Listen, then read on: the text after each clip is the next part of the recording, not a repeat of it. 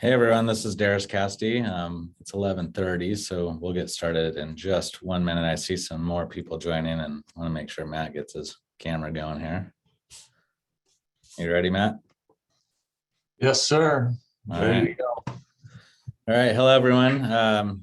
Again, this is Darris Cassidy. I'm a co-founder, CFO, principal of Verivest. Been in the industry, real estate investment industry for over 20 years. So I'll be hosting our webinar today, how to set up your ideal real estate fund. And I'm joined here by Matt Burk, who I'll give a more formal introduction or allow him to do that here in a second. But Matt has been in the real estate industry over 30 years, run several funds through Fairway America, and just brings a tremendous amount of experience and knowledge when it comes to managing funds, structuring funds, and all of the above, capital raising, the whole deal. So with that, we'll hop right into it. Collectively, between Matt and I, we have over 50 years experience. We have run, like I mentioned, 11 funds. We have 5 active funds right now, about 70 or 80 single asset syndications, and collectively raised somewhere between $750 to $1 billion of capital from primarily high net worth family offices and a little bit of institutional capital as well. We've run debt funds, equity funds, GP funds, LP funds, closed funds, open funds. So kind of run the gamut of funds and structures and strategies. At Verivest, we oversee a little over $3 billion of investor capital that we do the administration for on behalf of several managers around the country. So a little bit about our experience levels there and kind of why we are qualified to chat with you today about funds and fund structures and ideal funds. So Verivest, for those that are not familiar, Verivest has been around in different formats for going back to 2013. We have advised on around 300 different fund engagements and do the back office administration for both funds and syndications around the country. We'll cover a little bit more about some of the services we provide toward the end of this presentation. So with that, Matt, do you want to maybe introduce yourself, give a quick background on kind of who you are as far as it relates to fund management, fund structuring, a little bit about Fairway and Verivest, or whatever you'd like to cover here in the introduction? Sure. And I think, Darris, I think we were going to remind people that if you have questions along the way, go ahead and type them in to the box there. We'll try our best to answer as many of them as possible. Hopefully, if the presentation will cover some of them already anyway. But if there's anything compelling along the way, we'll try to address it. And if not, have a little bit of time at the end. Yeah, I've been in the real estate space really since I got out of college, which seems like a lifetime ago, and it probably is a lifetime for some people on the call. But I started Fairway in 1992, so it's a little over 30 years now. And we were a private lender early on. We were actually a mortgage broker before that. I got kind of tired of brokering loans and decided to do just all private loans. So we started raising money one deal at a time for, we find a borrower that couldn't get a loan at a bank. We'd match it up with a private investor. We would originate it, collect the points. We would keep the servicing fee. And we did all that one deal at a time. And at some point it occurred to me that maybe this would be better to do this in a fund format. And so I didn't know anything about a fund, started looking it up. And eventually, and this goes back to like 1999, 2000, I hired a lawyer and went out, and took me a year to get it done and cost me way more money than it should have, but set up that first fund. And then I quickly discovered I'd made a bunch of mistakes I didn't really know about until after I had launched, had to go pay more money to the lawyer to redo the documents to something that would actually work.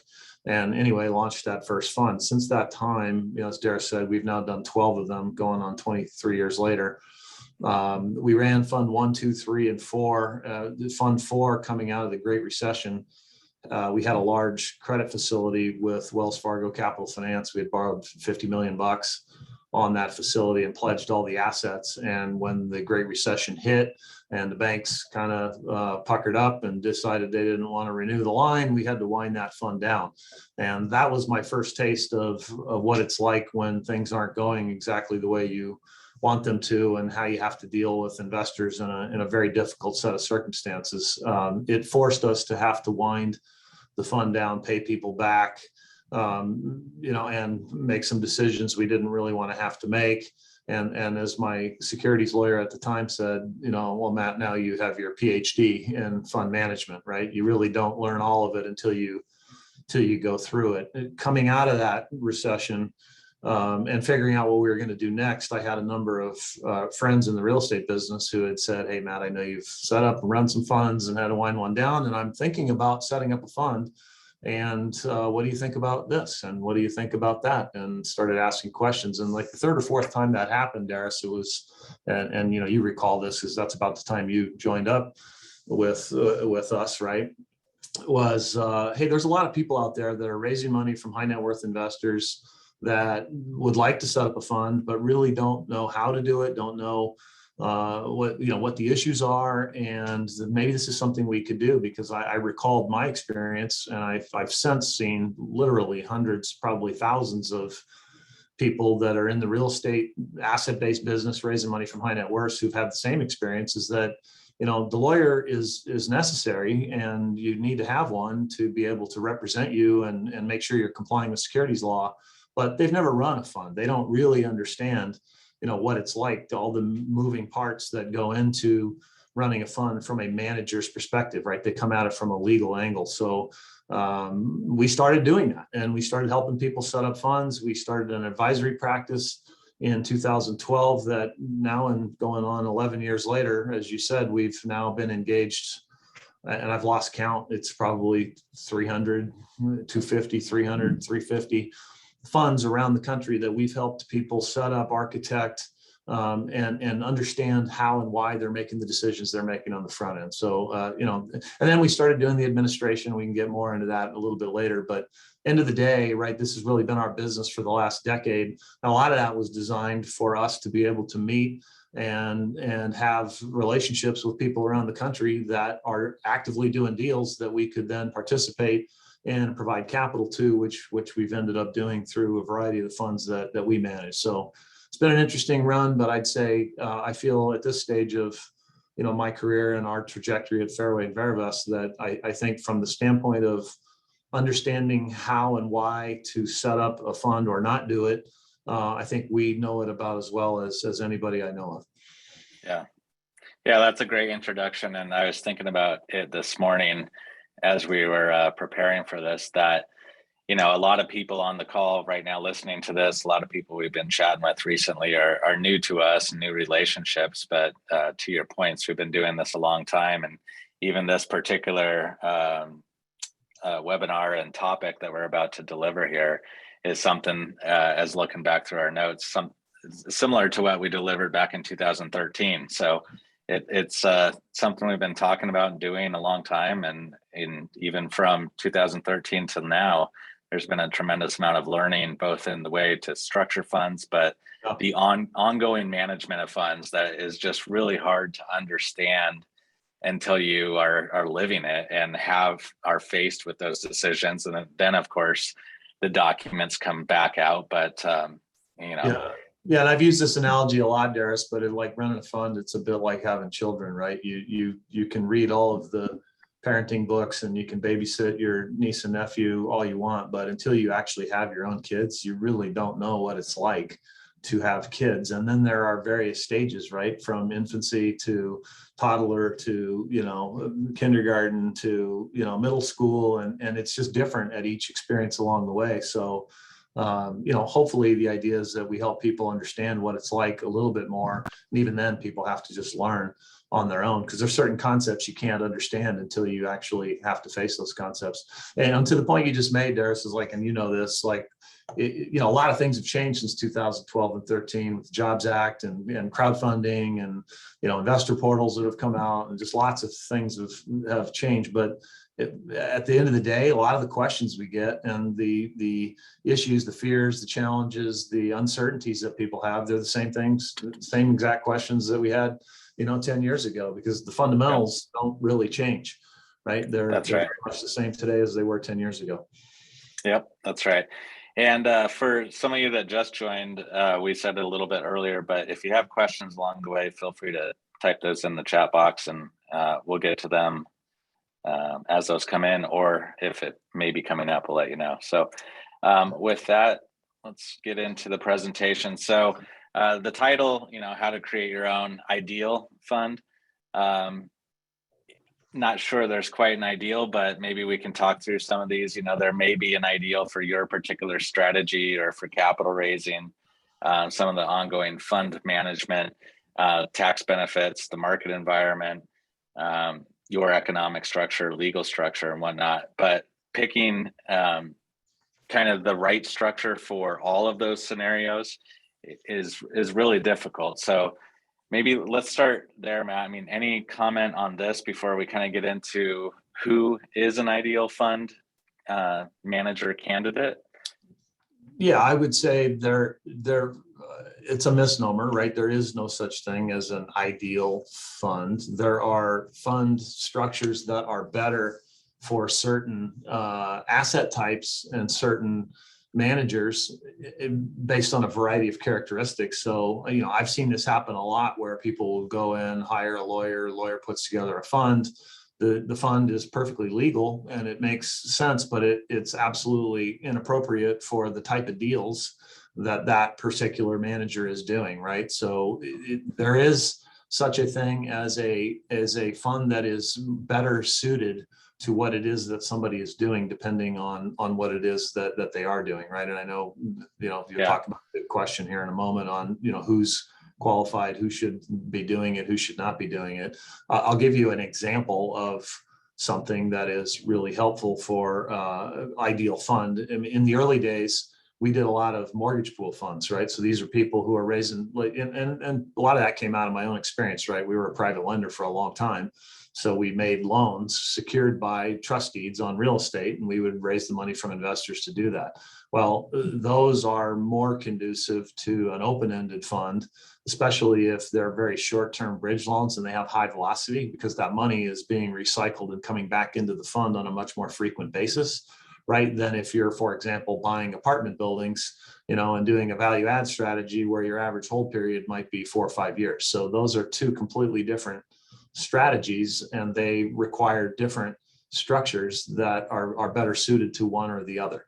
And it's very easy to make mistakes on the front end that people are not even aware that they're making, right? That end up causing lots of heartburn down the road. If you can avoid that, of course, that's great. So I would just say, make sure that your asset strategy matches with your fund structure, and all these things that are on the screen that Darris mentions are factors that you want to be thinking about before you launch that fund, because it will influence the way in which the fund should be structured in the first place.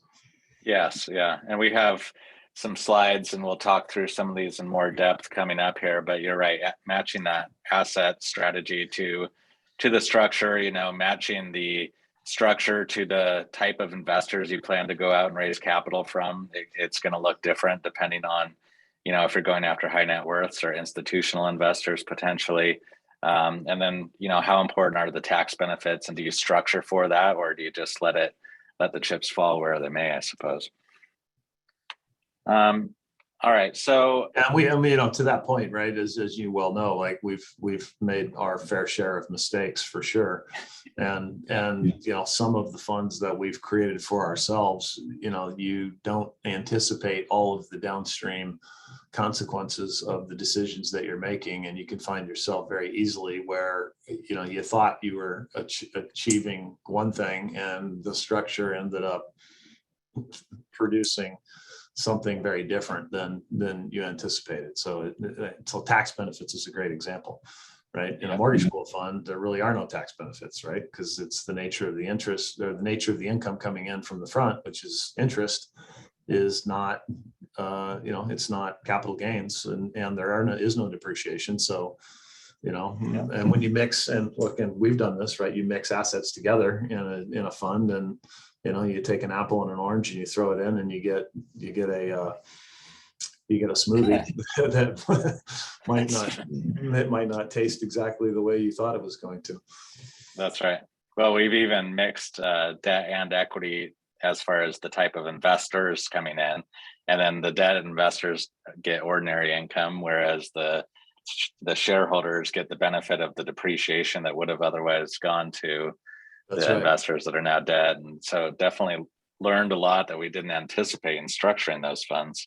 Well, one of the big things we learned is, like, you can get really fancy and you can put a lot of things in there that you think are going to be beneficial to your ability to raise capital, and they sound good, but then from an operational standpoint, they're extremely difficult to deal with, and it ends up driving up costs in other ways. So again, there are just so many decisions that need to be made that affect each other. That's part of the art of doing it, is minimizing the conflicts that you're creating for yourself.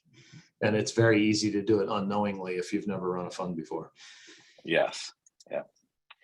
Good point. So talk us through, Matt. I mean, I know there are certain characteristics of what a good manager would be, and it's not necessarily what that personality is, although that is part of it, I suppose. But it's, what makes for a good manager or a good fund candidate? Yep. Excuse me. I'll go through some factors, and there is no perfect formula, as you know, Darris, but some of the things that I think are important is volume, right? You need to have a sufficient amount of volume that you're already doing in order to be able to justify the costs and the brain damage associated with running it in a fund. If you're doing one or two deals kind of here and there, I'd say generally speaking, you're way better off just continue to do them one at a time. But if you reach a certain level of volume where you don't have the capital to do it, it can become much more efficient to do it in a fund format. I mentioned it earlier in mortgage pool funds, but asset velocity is really helpful. I mean, if you have things that turn over quickly, it dramatically lowers the amount of total capital that you have to raise, right? Because the money keeps coming back and recycling, and depending on your fund structure, you can reuse and reinvest that money, right? So you don't have to raise as much money to do the same amount of volume if your asset velocity is higher. I'd say for most, and I'd say our target audience, Darris, is almost exclusively non-institutional, right? If you're raising money from the California State Pension Fund, that's one thing, but the vast majority of small managers, it's incredibly hard to make the leap to institutional LPs. So we're talking about folks that are raising money from high net worth investors. Smaller deal sizes generally are easier than bigger deal sizes. And if you're at the point where doing these on a one-off basis, because you have the volume and you have the velocity and you have decent deal sizes, relatively small, that all combines to make a good characteristic for kind of a first-time manager. Some of the other notes I had, Darris, were things like it's for people who are really committed to this industry, right? If you're kind of just in it for the first time, if you've never done a syndication yet, then I'd say don't even think about doing a fund. Do some one-off deals first and get your feet wet, understand what's what before you make the leap to a fund. And you don't want to get into a fund. It's a long-term commitment. So make sure you committed to the business and so forth. And then I think the other biggest factor is having a pretty solid idea of how you're going to raise the money, right? I mean, if you got to have the deals, you got to have the money, and it's a two-sided, business, and you got to have them both. And if you have one or the other, it's tough. So knowing, or at least having a plan on how you're going to go about raising the capital is very important. I'd say we've set up a lot of funds for people who, have not been able to raise the money. So figuring that out, having a clear idea, and look, there's no perfect answer and nobody knows for sure exactly how much money they're going to be able to raise. But if you've got a good, basis or a starting point, friends and family, or, kind of working from your closest concentric circle and working from the inside out over time, right? The better they know you, the more they trust you inherently, the easier it is to raise money. The less they know you, the more, and it's a blind pool fund, they're not picking and choosing the deal. The more they don't know you, the more you have to develop that trust with them, the harder it becomes. Good marketers, some people are natural born kind of marketers or have, much better skills in that area to raise more capital. Those can make good fund managers, but they're often not necessarily the greatest real estate people. Having someone who's both a really good real estate person or has that around them, and also a good marketer, that makes for generally a good fund manager. And having a team is very important, right? I'd say it's generally not a one person show. You want to have different people that have different skill sets that can do different things, and having a cohesive team where 1 + 1 + 1 equals more than 3. So to summarize it kind of differently, which would be who shouldn't run a fund or who shouldn't, probably doesn't make sense, and it still may, but it would be people that have some asset strategy that does not have a lot of velocity. You're doing 1 or 2 deals a year sort of thing. Maybe they're large deals. You're probably better off to syndicate those, generally speaking. Yeah, if you're doing 1 large deal a year, you just syndicate, or even 2, it's probably, better off not in a fund. If you're doing 4, 5, 6 deals a year, and they're pretty good size, that doesn't necessarily mean that a person shouldn't set up the fund, but I think there you just need to be, if those assets it takes them 4, 5, 6 years to go full cycle, that money's tied up, right? You can't reuse that money. That means, and the deals are bigger, that means you just got to raise a lot more money to be able to fill up a fund. So, you got to think about where that money's going to come from. So the bigger the deal, the longer the holds, the more money you got to raise. That can be a factor for first-time fund managers for sure. I think another consideration people need to know about, that I find in my discussions, people have not given a lot of thought to, is that in a fund, especially a closed fund, you're generally not getting into those profit splits until you're selling the final assets, right? Because the first few assets you're selling is returning or paying down the preferred return that's accrued, then returning the capital, and then you get into the profit splits, which can take years and years, and you hope the portfolio performs. Whereas on syndications, if you're only doing a handful of deals in a year, the exits on those can be staggered, and you're getting into the profit splits each time one of those exits. So there's ways around that, right? In a fund format, you can set them up to such a way as to where the manager's participating in a promote on a deal by deal basis, but that's a less aligned structure. Institutional investors won't go for that, right? Because they don't want to have you hit a home run the first deal, take a bunch of money off the table, and then they get stuck with the lousy deal at the end, right? So basically you have to pay the capital back first, and then you're in the promote once all their money's been paid back and they've got their pref, right? But that makes it harder to raise money. So there's balances between the way in which the fund is structured and a person's ability to raise capital, right? And there's institutional practices that you can apply, but they don't all translate perfectly down into the high net worth arena, right? Because high net worth investors behave differently than institutional investors. So there's a lot to think about there. I'd say generally speaking, you're right.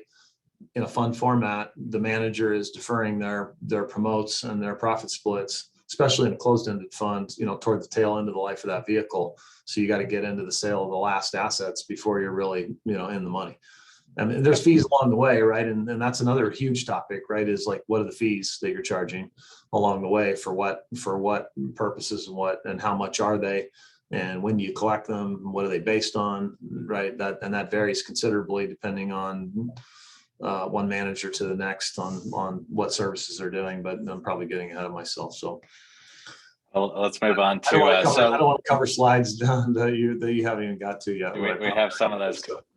We have some coming up. So fund due diligence. I mean, so someone says, I kind of seems like I might want to do a fund.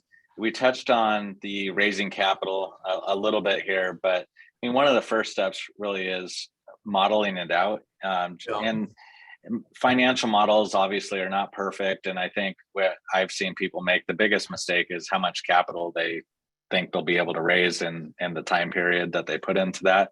But really where modeling can help is determining how to size out the fund. which is a whole discussion that we could get into, is how to size these funds. But in the order, or in consideration of time, maybe we kind of table that for now. And then raising capital, right? Raising capital is a totally different mindset and strategy when it comes to raising for a fund, as opposed to raising one deal at a time. Just because raising for a fund, you're generally raising for the same exact offering for an extended period of time, which in some regards means it's easier because you can recycle that marketing material, kind of give the same pitch over and over. But it's also a lot harder because you're generally raising into a blind pool fund. So investors don't know what those assets are, and you're more so pitching the theory or the strategy that you'll be going after, as opposed to being able to point to the characteristics of a particular asset, right? So I don't know, any other things to add to either of those? Yeah, well, on financial modeling, I'd say one of the biggest things that I see people do is they don't fully understand or appreciate the expenses associated with running the fund. Because you have deal level expenses, right? Just your normal costs at the deal level, and then you also have fund level expenses, which can include organizational costs, management fees, tax returns, audits if you're getting them, administration if you're using a third party, other, and to some cases, costs of raising the money if you're able to pass them through to the fund, right? So understanding the modeling so that you can produce a reasonably accurate estimate or target of what you're trying to generate on behalf of your investors is very important. And I know you and I have both seen people not be very clear on that going in. Yeah. Right? That's part of the value, is again trying to help people understand what they're getting themselves into, so they make fewer mistakes. And modeling also then is like, how does the fee structure work? What does it look like over the life of that vehicle? And a model is very different for a mortgage pool fund, right, or an open-ended fund where maybe you are sharing in the profits along the way, right? Yeah. Versus having to backload them in a closed-ended fund. So there's, again, depending on your structure, there's different models that you would use.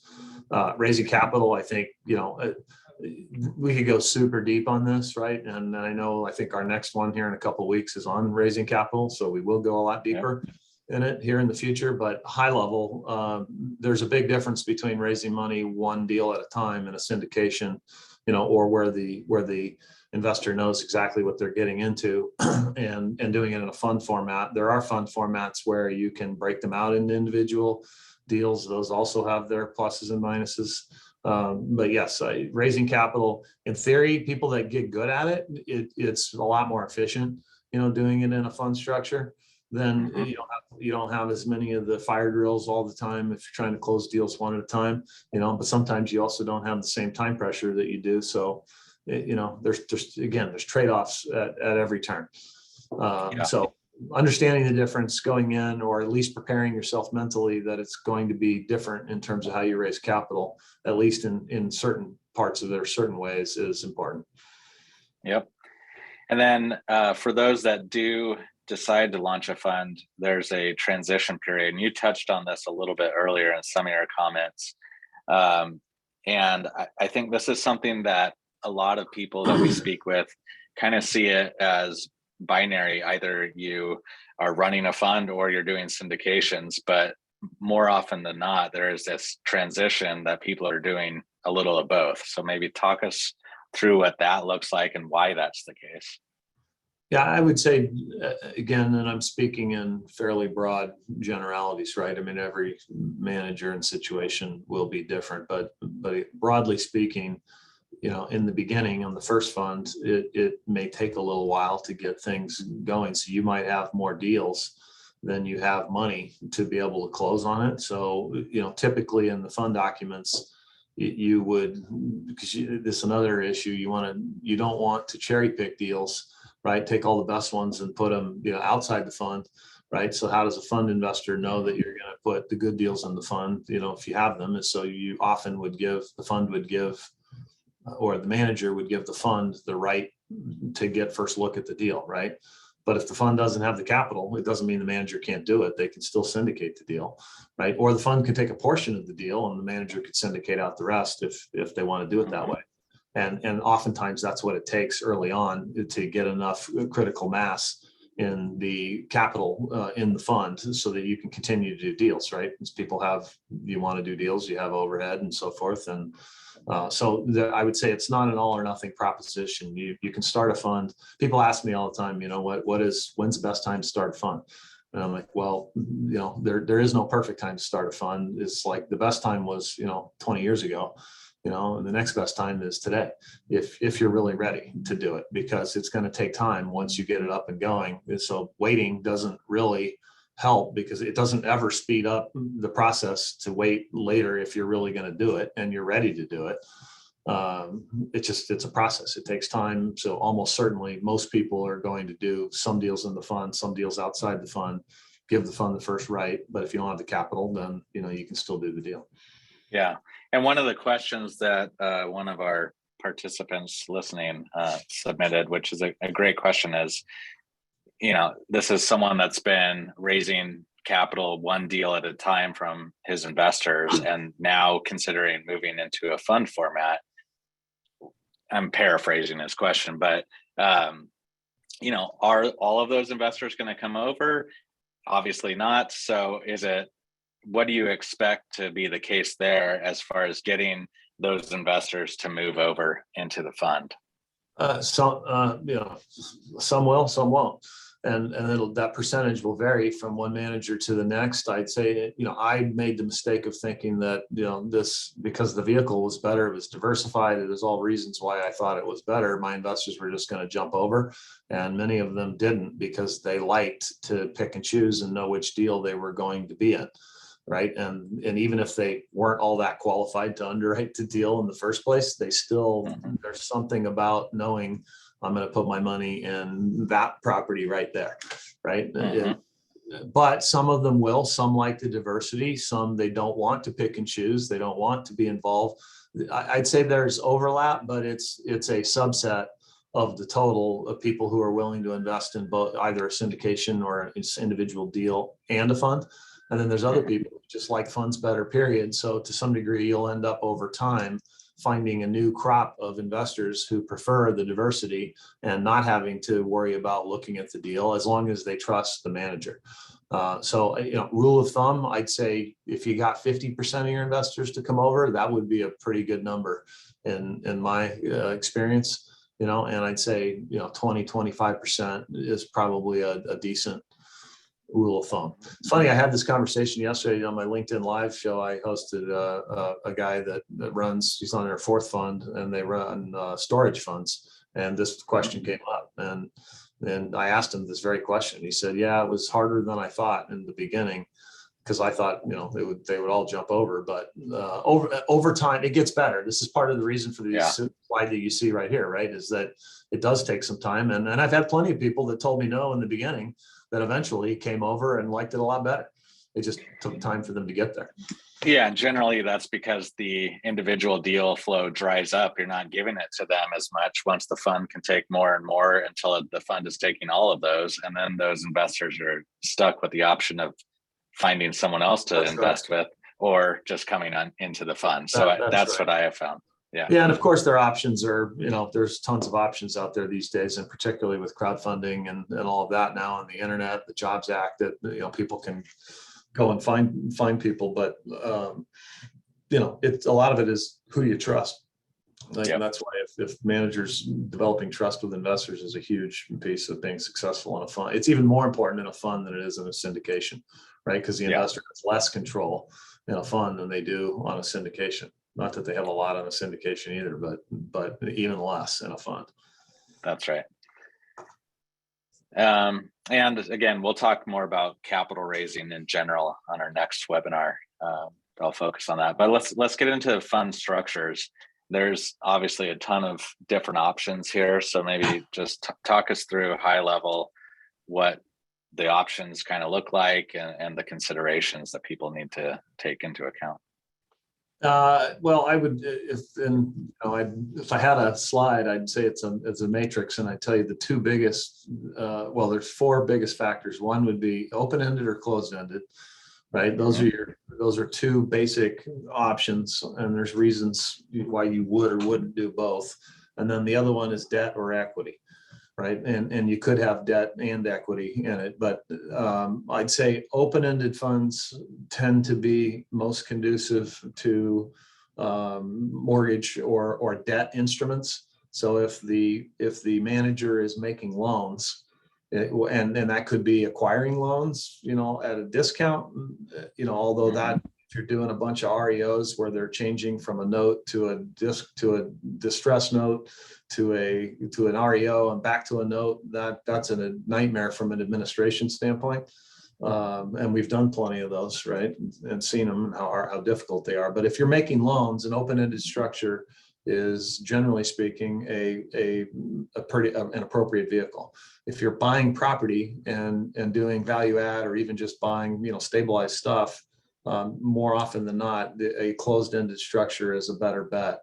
And that's not always true. I mean, I've seen some people successfully run an open-ended fund where they're buying real estate, but that gets into some real challenges in calculating your share price and how people come in.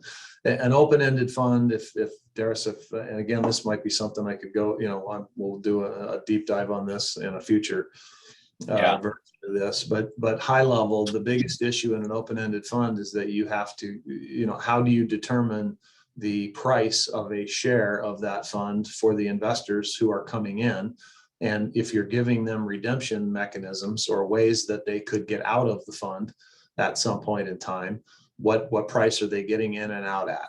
Right. Well, if it's debt, that number is usually pretty easy because it's just whatever the unpaid principal balance is, right? Plus any accrued interest, as long as that loan is not in default.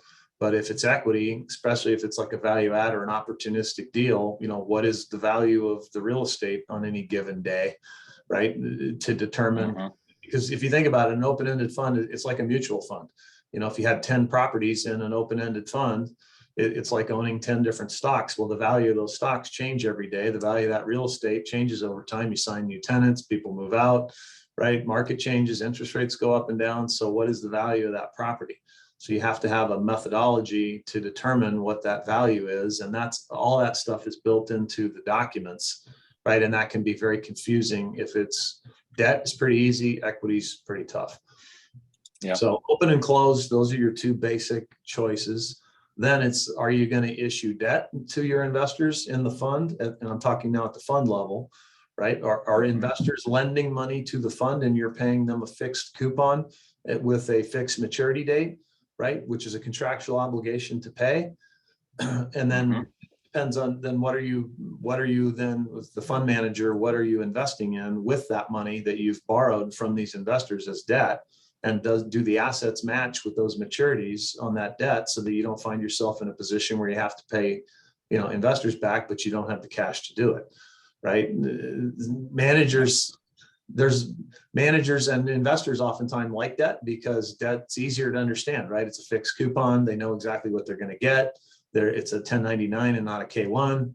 Right. And they know when the maturity date is and when they're theoretically going to get their money back, but it can be dangerous depending on what you're investing your assets in. Equity, I'd say more favorable for the manager in the sense that equity, you pay it out if and when you can and as the deals perform. Right. But from the investor standpoint, you're not sure exactly how much your, distributions are going to be, what your return's going to be, when it's going to happen, if it's going to happen, et cetera. So open versus closed, and then debt versus equity. I'd say those are your primary decisions. And then downstream, it's like a decision tree. There's all kinds of branches and twigs and leaves that you have to then, downstream consequences once you make those fundamental choices. Okay. So with that, let's move on to once you get a fund going and live, then you're a fund manager and you got fund management responsibilities. What does that look like?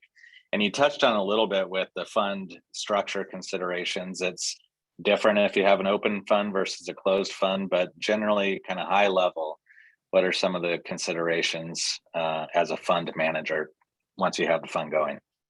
Well, asset management obviously is a big one, right? Whatever you've invested in, you have to have the capacity to effectively manage those assets. And I always would say, good underwriting, putting good deals in the first place, and then managing those deals effectively through their conclusion is the most important thing. I'd say generally people already have that capacity, even if they're doing syndications, right? Because that's not a fund specific function, but it's imperative in a fund that you do that well in order to hit returns.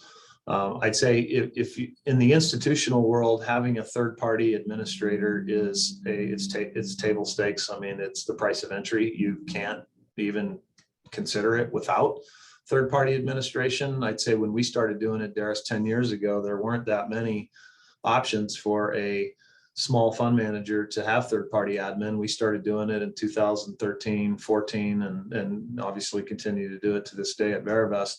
But I would say I always recommend to people, you're better off doing the third-party admin. A, investors like it. B, it gives you some oversight. C, it allows the manager to focus on the real estate and not get bogged down with a bunch of concepts and ideas that typically the normal real estate person is not super well versed in, and particularly on format. So I'd say administration, outsourcing, cash management, as you have up on the screen, is huge. Understanding, I would say one of the most common things that first time and new managers don't really grasp is the difference between asset level and fund level.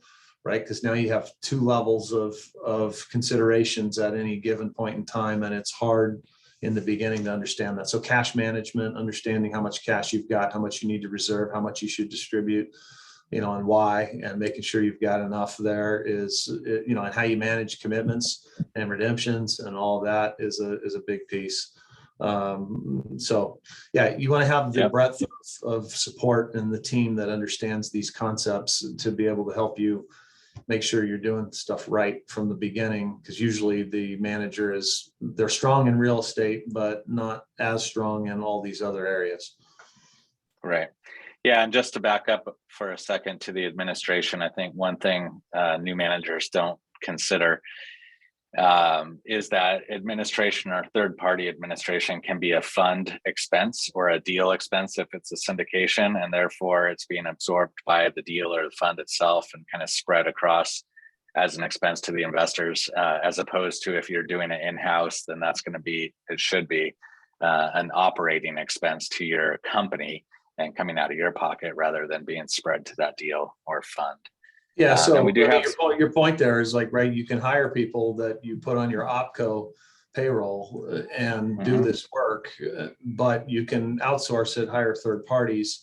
Look, and I have seen people pass through opco expenses into the fund. That's much more difficult. It gets a little bit subjective. I mean, it's possible, but it's a lot cleaner, right, to do it with a third party, admin, and then make it a fund expense. Generally, that cost, especially if the fund is of any magnitude, is relatively minor, and the relatively small hit to the return is more than offset in the mind of the investor by having someone who knows what they're doing and who's another set of eyes paying attention to the money, right? And investors are, my experience is overwhelmingly they're readily willing and able to pay that freight rather than have managers, do it on their own. That said, some managers, especially as they mature and get bigger and build out a vertically integrated shop, some managers do a great job of doing their own internal accounting and so forth. If you ever get to institutional level, it's not even an option. I mean, they absolutely require third-party administration. Yep.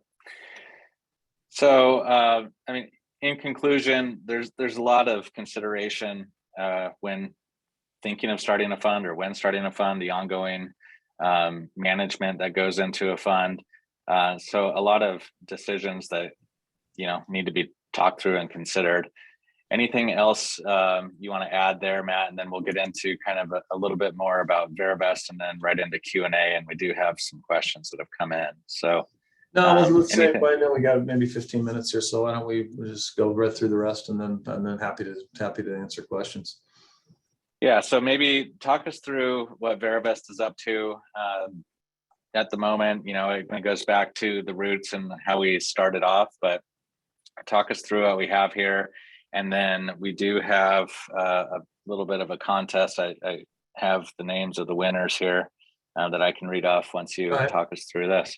Yeah, and I'll keep it brief, but super high level, right? I mean, Verivest started life as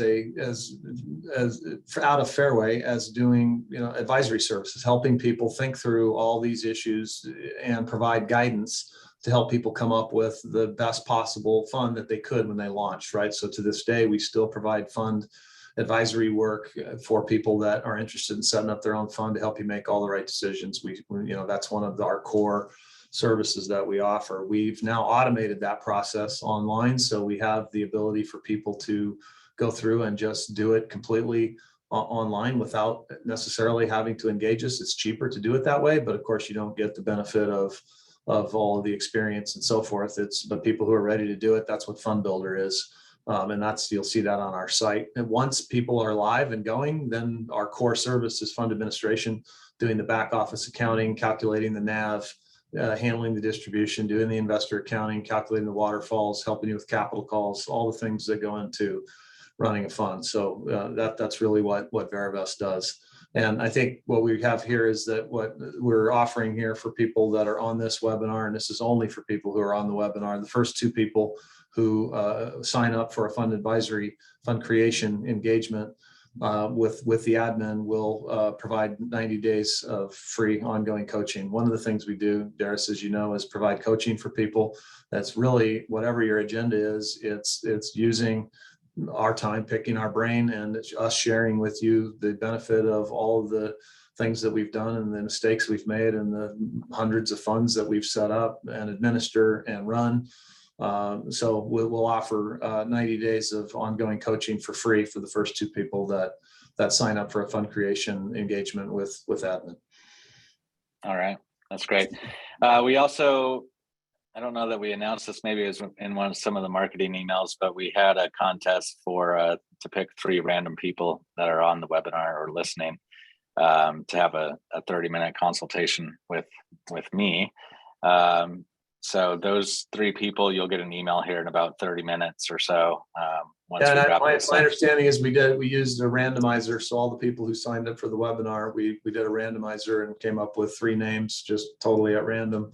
And those 3 folks get 30 minutes of free time with Darris to ask whatever you want. And I won't name all 3, but I am going to call out one person because I'm not sure if this is their real name, but Jason Bourne. And I just Netflix just put all the Jason Bourne movies back up, and I just watched one. So if that's not your real name, let us know. But maybe it's Matt Damon on there. Well, either you're only going to have 2, or somebody will mess up with their real name. A CIA agent. Okay, so Q&A. We've got some good questions here. I'll kind of ask you a few. Oh, and Jason just put in that is his real name. All right, that's cool. I'll look forward to chatting, Jason. Okay, so I like this particular question, so I'm going to call this one out first. Just because it comes up, it's one that I feel a lot of people do not know. So when considering the asset management fee for a fund, is it generally based off the capital called, or does it fluctuate through the life of the fund as the value increases or assets are liquidated? Yeah, there's a variety of ways of doing it. I would say the most common way, let's take an open-ended or a closed-ended fund rather, where people are putting in, because we didn't even get into this, right? The capital calls. So in a closed-ended fund, you would go out, people would make a capital commitment, but you don't necessarily take the money in right away because you don't have the asset, lined up. So you could either charge it on the capital called or on the capital committed. Typically in the institutional world, you'll see it both ways, but they'll charge on the capital committed, right? And then once you get to the point where you're past the raise period, if you haven't used all the money, you would only charge it on the actual dollars that you've taken. If value of real estate goes up, the value of the management fee does not, right? So the management fee is based on typically the capital, not on the value of the property. In an open-ended fund or a mortgage pool fund, you generally aren't charging the management fee on any asset level debt. So, let's say, simple example, you put in $1 million, and you buy a property and you get 2 million in debt, right? So you paid 3 million for the property. 1 is equity from the fund, 2 is debt at the asset level. You're not charging it on the 2 at the asset level, right? The $2 million in debt. If you're borrowing money at the fund level, oftentimes if it's a debt fund, you are charging management fees. So again, it can vary from one to the other. Typically it's uncommitted or actual dollars that are in the fund, not including, debt at the asset level. Okay. And that plays into another question, can you rattle off some of the, again, paraphrasing, some of the fees that are associated with a fund? You just talked about the asset management fee. What are some of the others that are common? In a mortgage pool fund, there's the points. So if you're charging, 2 or 3 points or whatever on a hard money loan, who gets the points? Do they go to the fund? Do they go to the manager? Do they get split? Those are questions that the manager can determine, right? On the front end, I'd say most of the time the manager will keep the points, or at least some of the points, because you have costs associated with originating those loans, right? You have loan officers or people that you have to pay, you have overhead, et cetera. So typically in the loan business, there's points and maybe a servicing fee if you're collecting a spread on the loans, in addition to the management fee at the fund level. The servicing fee and the management fee are 2 different things. They're very similar, but I'd say, and you want to have the totality of the fees be within, the realm of what's acceptable in the market, so that investors don't feel like you're feeing them to death. If you're a syndicator or somebody who's buying property and you're actually buying the real estate, there's oftentimes an acquisition fee that's expressed as a percentage of the total purchase price of the property. And that could also vary depending on if it's a big deal, small deal, it might be more or less. So, somewhere around 1% higher if the deal is small, maybe lower if the deal is big. And then there, again, if you're a direct owner of property, other fees that might be charged would include property management fee. So if you're using an affiliate, a company that is owned by the same ownership as the manager of the fund, right? And this is where you have to be extremely careful in all the documents. And this is where lawyers, are very important, is you have to make sure that you're disclosing very clearly all the fees that you're charging to the manager or any affiliate that has common ownership with the manager, right? So you have a property management fee, you might have a construction override fee, you'd have an acquisition fee. Sometimes people will include a disposition fee, although we'll generally counsel against that. And then there's a split of the profits, usually above a certain amount of preferred return that the investors get before the manager gets paid. So there's a combination of all these things. It varies depending on the situation of the manager, whether they have other companies, whether they're hiring third parties, et cetera. But those are some of the most common ones. Great. So here's a question kind of near to what I do, but talking about someone that wants to raise capital from high net worth individuals, but they don't have the relationships. So how do they place their Reg D fund with a broker dealer to assist in the capital raising? And, just as we've talked about a few times, we're going to get into a whole capital raise discussion on our next webinar. We also have a new product coming out called the Capital Raiser Starter Kit that will be going live here shortly. That will touch on some of this, but I'll throw my 2 cents in, and then Matt, maybe you chime in, add to it. But generally speaking, having a broker dealer raise capital on behalf of a fund is a very hard thing to find, to do successfully. People have done it, people do it. But generally speaking, that's a bit of a long shot. I wouldn't especially count for on a first-time manager. Yeah. Yes. Especially for a first-time manager. It's just difficult to have someone else pitch and sell your fund generally in any form, whether that's wealth managers, broker dealers, placement agents. You as the fund manager are generally going to be the best capital raiser. And that's where a lot of people struggle, I think, is that it's a whole skill set that sometimes people just don't possess. So you need to find others that can help you with that. Yeah, to my point earlier, Darris, so like a lot of times you'd have, more than one principal of the manager, and you divvy up the responsibility. So in a perfect world, you'd have maybe a 3-person one person's an originator, underwriter, dealing with the real estate, one person's raising the capital predominantly, and it's not exactly this way. Everybody does a little bit of everything, right? But focusing primarily on that, and then a third person might be handling, all the operational, components of everything. But broker dealers, for a first-time fund manager, the odds of getting on a broker dealer platform and having it be successful are extremely low. It's like you have to have a lot of infrastructure in place already to even get an audience with a broker dealer, because for them to take on the raise, they have to be very confident they can raise the money, right? Because the only reason they'll even look at it in the first place is if it's worth their time. So they got to make enough money out of this whole thing to be able to justify doing the homework and the due diligence in the first place, on you. And if you're a first-time manager and they don't really know that they can raise the money, I mean, it's just hard to even get a conversation started. And even if you do, then there's all kinds of fees associated with that, right? You almost certainly have to go out and get a legal opinion, right? Because the broker dealer wants to hang their hat on a legal opinion that if something goes wrong, they've got, an insurance policy that they will, be able to go after instead of, some first-time manager. That's expensive. And then the commissions and fees that get paid to the BD plus the registered reps, add up to a very significant percentage of the money. And I just say that the number of people I've seen successfully go raise money through a broker dealer on their first fund is, I mean, I'm struggling to even think of one. But certainly, I can count it on one hand, and that's out of thousands of people that I've spoken to. So the people who really get successful go in the broker dealer channel is, I mean, you're down the road, right? You've got a full infrastructure, you've got a lot of people, you've done a lot of deals, you've probably done multiple funds, or you've at least done a bunch of syndications, you have a whole team, right? You got to have a lot of infrastructure to get on somebody's platform. Yeah, and I think that was a perfect answer for most of the audience that we have. But in fairness to the person that asked it, he also mentioned that he is managing about $100 million with institutional capital. So maybe it works for this particular person. But generally speaking, the answer provided there applies to most people. Yeah, and see, that's what I mean. Like if you have 100 million, okay, now you're at least, that's a much more probable discussion to at least have. Yeah. So one more question, then we'll wrap it up here.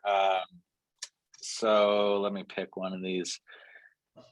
Can you include both debt and equity in a fund, or does that make it more difficult from an administrative perspective? The answer is yes, you can include both debt and equity. We have done that, meaning you're raising from investors, you're raising debt, you're raising equity, and or you can make investments into debt and equity. You can do that. Does it make it more administratively difficult? Yes. And I would tell you that it also makes it more challenging to raise capital, although there is the slight benefit that you're giving another option to investors. So you can kind of capture people that like fixed income and some people that like the upside of the equity. But it is more complicated, not only for those reasons, but just managing those dynamics on an ongoing basis. And Darris, there's two different issues there, right? There's debt or equity in terms of the way in which the money comes in from the investors into the fund, right? And that's what you're talking about. That's what I was referring to earlier. And then there's once the fund has the money, whether it was debt or equity or both, like where does the fund invest? Is it investing in debt, loans, or is it investing in equity? And to your point, you can do both on either side if you wanted to, or both together. But yes, it does make it more complicated. There's more issues. It's more administratively challenging. And there's other downstream consequences in terms of people's perceptions of that, how you manage cash management, et cetera. I think that's a good place to wrap it up, which is, these type of decisions, you can structure it and dream up just about everything that you want. But whether that's the right thing to do, or whether you should, or what kind of downstream consequences you're setting yourself up for, is really the consideration. That is a lot of what we end up talking people through in our advisory practice. Yeah, there's what can you do, right? What can you do legally? Well, there's certainly restrictions legally, of course, but there's a lot of things you can do. but like, should you do it, or why should you do it, and what are the factors that really matter to determine whether you should or shouldn't do something. That's where it's very difficult, to know those answers. And I'd say that goes really to the heart of our advisory practice. Yep.